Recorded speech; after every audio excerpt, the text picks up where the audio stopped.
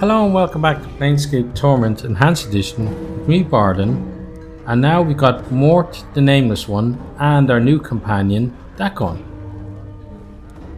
So, I think what we're going to do now is we're done with this smoldering corpse bar. So, clicked on O by mistake. So let's start getting ourselves out of here.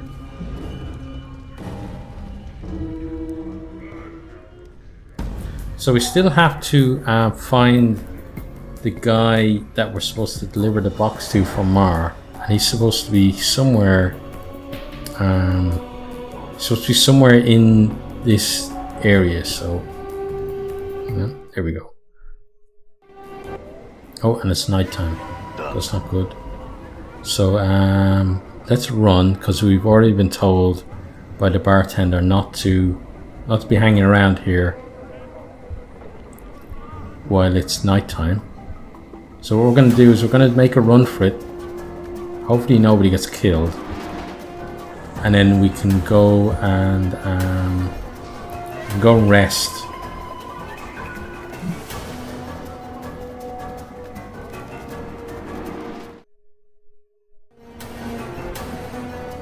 I'm gone. Okay, so let's continue on. Yep, more bad guys there, but we can. Is it here? Yeah, it's this one, because that's Angar's house there, isn't it? Yeah. So in here we can rest the party, and it's good because Mort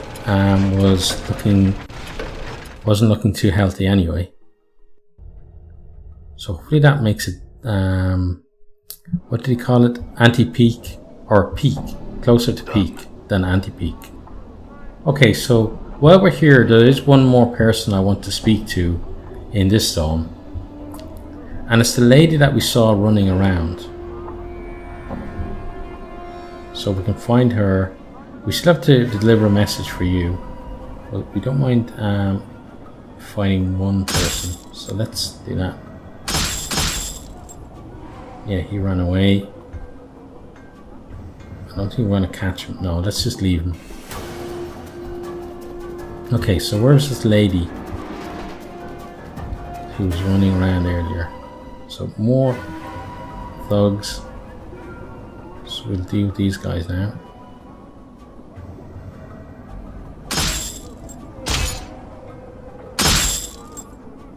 Okay, he's run.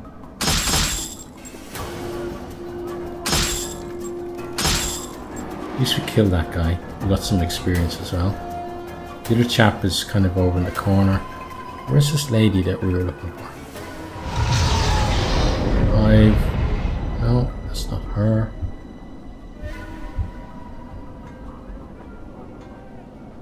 Hey, Hive Dweller. Oh, there she is there. Okay. Let's go see if we can talk to her.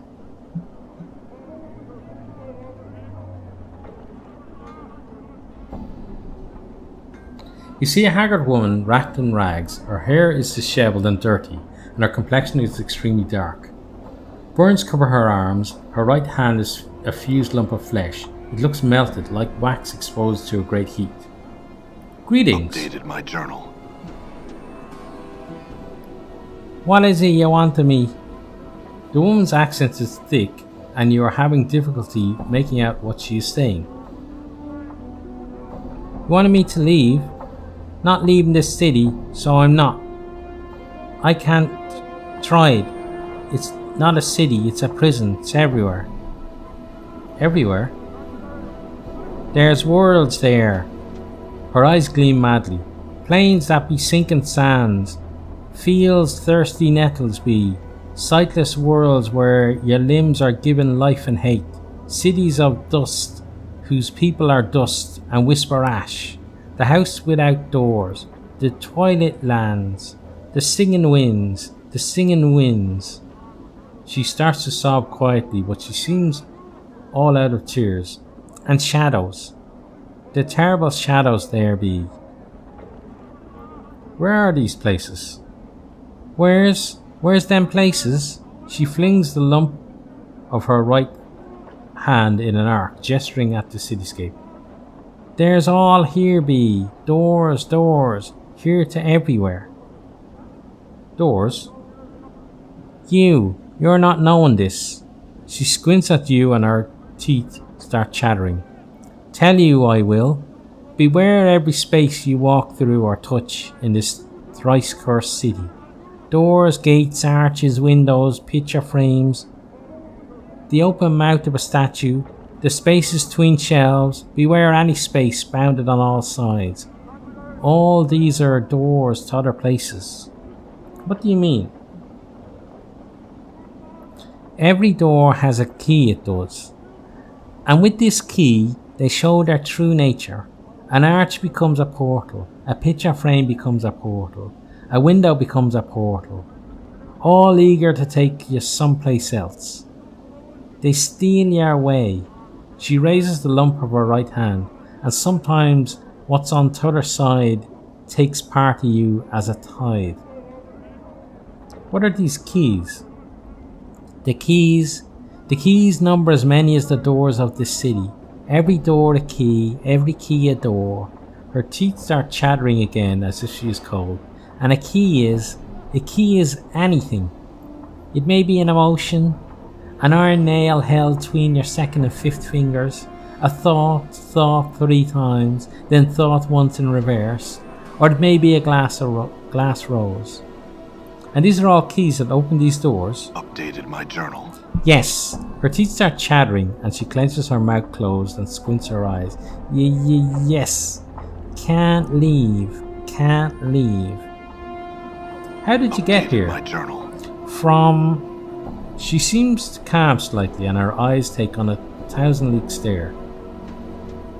Came from a place else from here, almost a life ago. Hummed a tune by a glade with 2 dead trees that had fallen together. A brilliant door opened in the space between the crossed trees, showed me this city on the other side. I stepped through, ended here.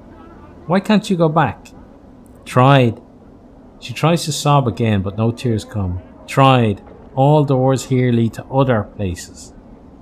She shudders and grips her melted right hand. Went through thrice 10 portals. Some are purpose, some are accident. None of them right. Can't find way back. There must be a portal that can take you back.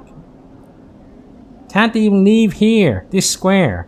And there, the place of death behind the gate waits for me. She points at the mortuary behind the gate, then turns back to you, her face desperate. Can't go anywhere in this city. You can't go anywhere? What do you mean? Anything could be a door. Any arch there, any door here could be a portal. Don't know the key. Can't get sent to another horrible place. Her teeth start chattering again. Got to stay away from the closed spaces. All could be doors. Could have a key on me, and I not be knowing it. You're afraid to go through any door or arch because it might be a portal. She nods, her teeth chattering. How long have you been afraid of this? She squints. Since the last time I walked through the last portal, the place where me hand. She stops. Since my 10th turning.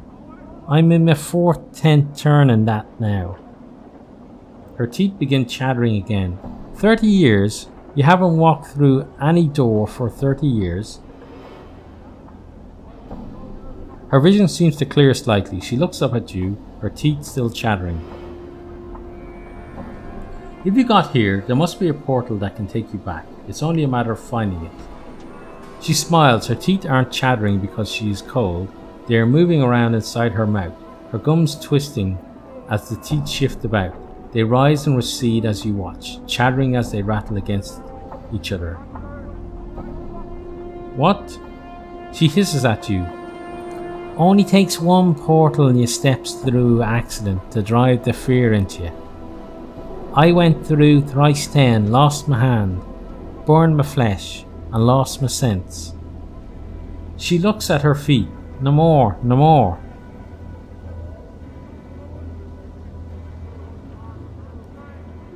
I'm sorry, if I can find some meals to help you, I will. Farewell. updated my journal. Okay, so I've got to find some way to, I guess, help her get back to where she came from. So now, we were going to look for the guy who Mar said to give the box to. Although I don't trust Mar all that much, I have to say. But it's nice now to have Dakon in the party. And it's nice, I was wondering actually myself, you know, when we're going to get the chance to kind of add more people to the party. Because there are, like, you know, 3 more party slots still to go. So there should be plenty of people. So let's just start talking to people who aren't just like a townsperson or who aren't just kind of generic, and see if we can find what we're looking for. Done. So there's some thugs. There's a lot of thugs actually. Can we handle this many? Maybe. Let's start with you though. Oh, come on. Okay, one dead. Okay, he's run. Let's get the next guy. Just don't let them attack the nameless one. It's the main thing for us here.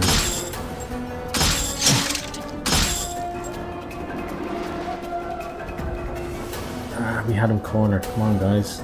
Get him. Yes, nice. Is there something? No. Nothing good. Damsel in distress. Well, let's talk to her. I don't think she doesn't really look like a damsel to me. You see a pretty young woman. Her hair is in disarray, and the bodice of her dress is torn. She looks about in desperation, then notices you. Greetings. She runs up to you and grabs your arm. You notice the front of her dress is stained with blood. Help me, Cutter. Please. They're killing my sister. She begins to tug at your arm. Who? She looks around wildly. This drunken man who followed us from one of the taverns. We thought he meant no harm. Please, Cutter. There is no more time. Help us.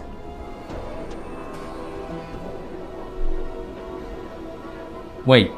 First you said they were killing your sister, and now you say he is killing your sister. Which is it? She stares at you, unsure what to say. I'm distraught. I made a mistake. She glances at the blood that stains her dress. Please help me, Cutter. That's a bit weird. So she made a mistake, which is okay if you're in a bit of a panic. Fair enough, but to actually say I'm distraught, I made a mistake, it is weird. I would just say, you know, come on, come help. Not try to explain like grammar or whatever to the person. So let's examine the blood on her dress. You glance down at her dress and look at the blood. Although it does appear to be real, it has completely dried. It must be hours old. That blood is hours old. What are you up to? You see her eyes flick to the blood stains and then back to you. You think you can hear a hint of nervousness in her voice. You are mistaken, Cutter. Please help me. My sister lies dying while we tarry. Why didn't you say that the first time? You're up to something. Tell me what's going on or I'll kill you. You're up to something. Tell me what's going on or I'll kill you. So can either tell her the truth or bluff. I don't think we're gonna kill her, so we can't really say it's the truth. So let's just bluff her. Okay, apparently we got 500 experience, nice. She looks into your eyes and then glances at the scars that cover your body. She swallows nervously and you see her pale before your eyes. I'm supposed to lure people into an alley nearby. They're waiting there to take your jink. She looks at you apprehensively. Let me give you some advice. She gazes at you in silence and then nods her head. Don't pick someone like me as your mark. Choose some drunken fop who looks like he's never seen a battle in his life. She nods once curtly. And make sure he looks like he has more than a couple of coins in his name. Now get out of here. She nods curtly and then backs away from you. She hesitates a moment and turns to leave. Thank you, Cutter. She sprints off. Let's leave. She might have sprinted off, but then she sprinted back again. Okay, let's see if we can find some more people. Hey, we're being watched, Chief. Just look natural. Being watched. Casual.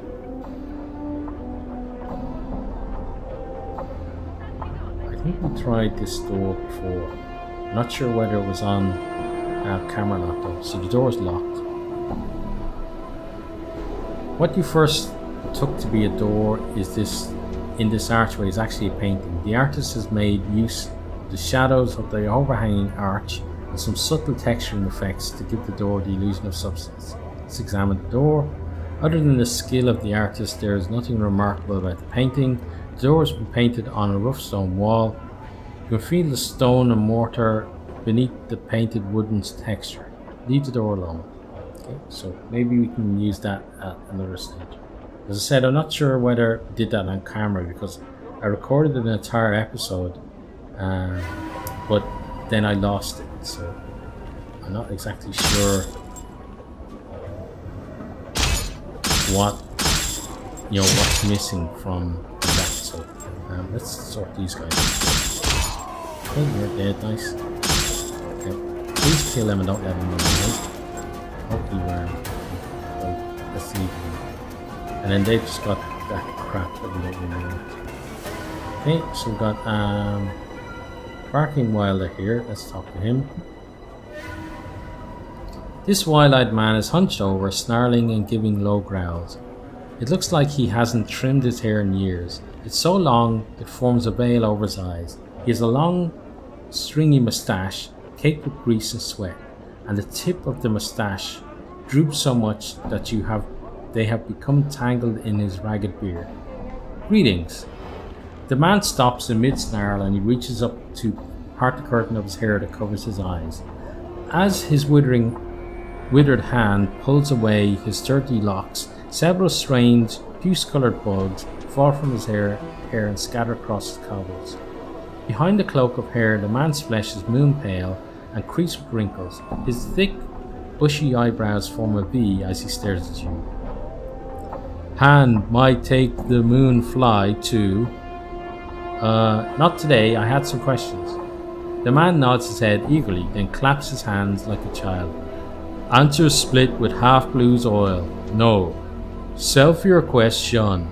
At the end of this, he gives a long, warbling howl, cut short by a sharp bark. Look, calm down, I have some questions for you. The man throws back his head and howls. It is such a terrible sound that you are forced to cover your ears. Even that isn't enough. As you cover your ears, the howls seem to grow into a shrieking drilling into your head, slipping inside your ears, burrowing beneath the skin, then crawling along the inside of your skull and eating the shreds of your sanity. The sound is so unbearable, you can't even muster the strength to speak. Okay, let's turn away and leave him then. So, obviously not one for us. Well, that's a 3-1 snap. Sorry, let me do that again. Forgetting Morse twice. Well, that's a 3-1 snap branch too many. Mort rolls his eyes. No sense in chatting to Zowstex, Chief. They're a barmy bunch. Zowstex? They're a faction who don't have any rules, except don't keep one thought in your head for too long. There's something called Chaos Men. No need to explain why. How do they get members? They just seem to attract members like flies. Well, maybe that are crazy is chaotic enough, I suppose. I don't think they have any recruiters, though you really can't say anything about them for sure. I see. Thanks for the information. Okay, so let's check here. Oh, so we talked to Fel before. I'm pretty sure that was on camera. Okay, so we won't Won't do anything with Fel for now. Oh, more of these guys. Okay, let's deal with you. At least it's experience.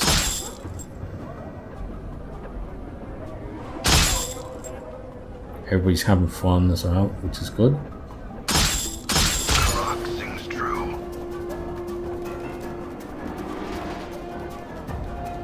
Okay.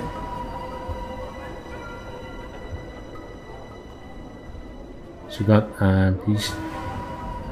he doesn't have a name, that guy, so I don't think he's one of the people we're looking for. Neither is that trunk, probably. Okay, so they're taken care of. Got a collector. How about you? You see a young woman dressed in a tight leather bodice and leggings. She smells faintly of cheap perfume, and her face, though pretty, is painted with garish makeup. She smiles kindly as she sees you. Seeking some company, love? No, but I had some questions. Sorry, love. I don't stand here to answer the questions that are passerby. Sure you wouldn't like a little company, hmm? No, farewell. Yeah, we definitely don't want a harlot. So that's the smoldering corpse bar. Okay, collector. Drunk.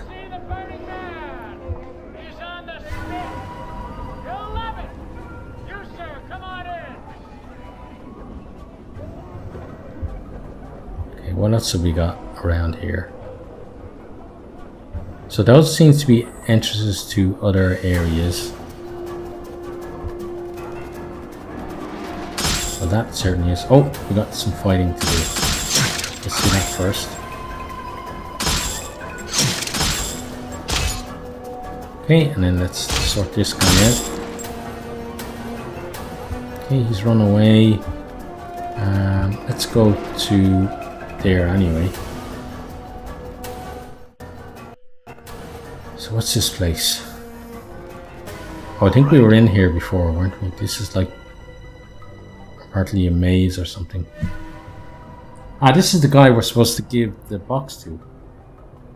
Moving from box to box, this man seems to be totally immersed in counting boxes and scribbling results down on a piece of parchment. He looks annoyed as you interrupt him. What is it now? Can't you see I'm busy taking inventory? Go bother someone else. I was told to deliver this box to you. Well, why didn't you say so in the first place? Let me see what you got for me. I'm sure it'll need to be inventoried. Mar told me to give this to you. As you hold the box out for him to take, Kutra expression turns from one of interest to that of intense horror. No, please, get it away from me. I don't understand. Why are you afraid of this box? I said, get back! Death, evil. Had to dupe Mar, couldn't take it anymore. Please, take to Braskin. Lives southwest. Hive. Me. No. Apparently the sight of the box is just too much for him, and he runs screaming from the building. Wait, what am I supposed to do with it? Updated my journal. Okay, so I guess we're not getting rid of the box anytime soon. So we need to go to the southwest. Okay.